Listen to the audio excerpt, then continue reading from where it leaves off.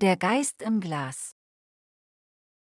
Es war einmal ein armer Holzfäller, der täglich hart in einem tiefen Wald arbeitete, um genug Geld zu verdienen, um seine Familie zu ernähren. Eines Tages, während er arbeitete, hörte er ein seltsames Geräusch aus einer Ecke des Waldes. Er näherte sich neugierig und fand ein großes, versiegeltes Glas, das fest im Boden verankert war.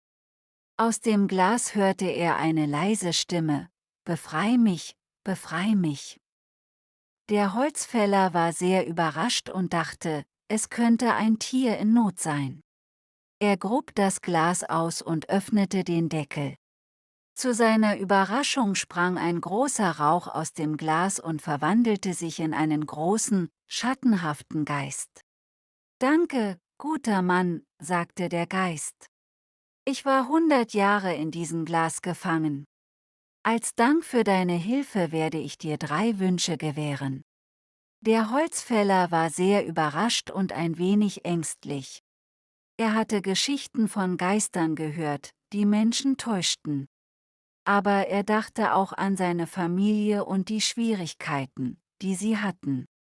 »Gut«, sagte er, »ich wünsche mir zuerst genug Essen für meine Familie.« Der Geist schnippte mit den Fingern, und sofort erschien ein Tisch voller Essen. Der Holzfäller war erstaunt und dankte dem Geist. »Das war dein erster Wunsch«, sagte der Geist. »Was ist dein zweiter Wunsch?« Der Holzfäller dachte einen Moment nach.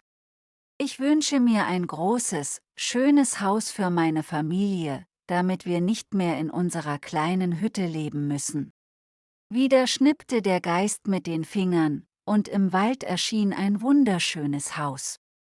»Das war dein zweiter Wunsch«, sagte der Geist. »Denk gut nach, bevor du deinen letzten Wunsch äußerst.« Der Holzfäller war sehr dankbar, aber er war auch vorsichtig. Er wusste, dass der letzte Wunsch der wichtigste war. Er dachte an seine Frau, seine Kinder und die Zukunft. In diesem Moment hörte er das Lachen seiner Kinder, die im Wald spielten.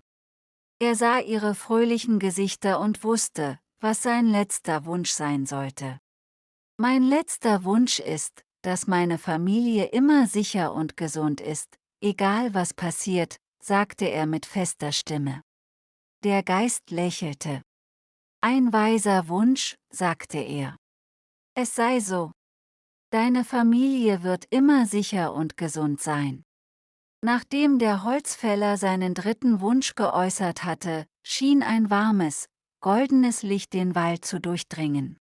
Der Holzfäller fühlte sich sofort beruhigt und wusste, dass seine Familie sicher war.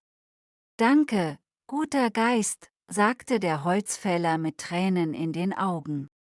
»Dank deiner Gnade kann ich jetzt mit einem beruhigten Herzen leben.« Der Geist lächelte und antwortete: »Es war mir eine Ehre, dir zu helfen, guter Mann.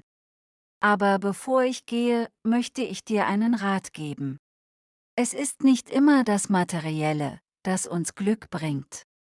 Es ist die Liebe und die Fürsorge für diejenigen, die uns nahestehen. Bewahre diese Erkenntnis, und du wirst ein erfülltes Leben führen.« Der Holzfäller nickte und versprach, sich an die Worte des Geistes zu erinnern. Er umarmte seine Kinder und Frau, die inzwischen neugierig zum Haus gekommen waren, und führte sie hinein. Sie staunten über die Schönheit ihres neuen Zuhauses und waren dem Geist ebenso dankbar wie der Holzfäller.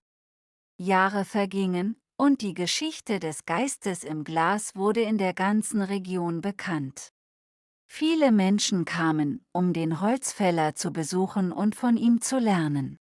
Er teilte stets die Weisheit des Geistes und lehrte die Bedeutung von Familie und Liebe.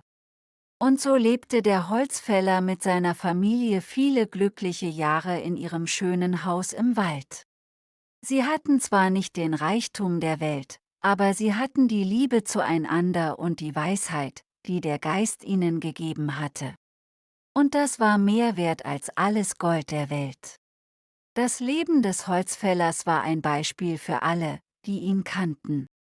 Die Geschichte des Geistes im Glas wurde von Generation zu Generation weitergegeben und diente als Erinnerung daran, dass wahres Glück nicht in materiellem Reichtum, sondern in der Liebe und Fürsorge für diejenigen liegt, die uns am Herzen liegen.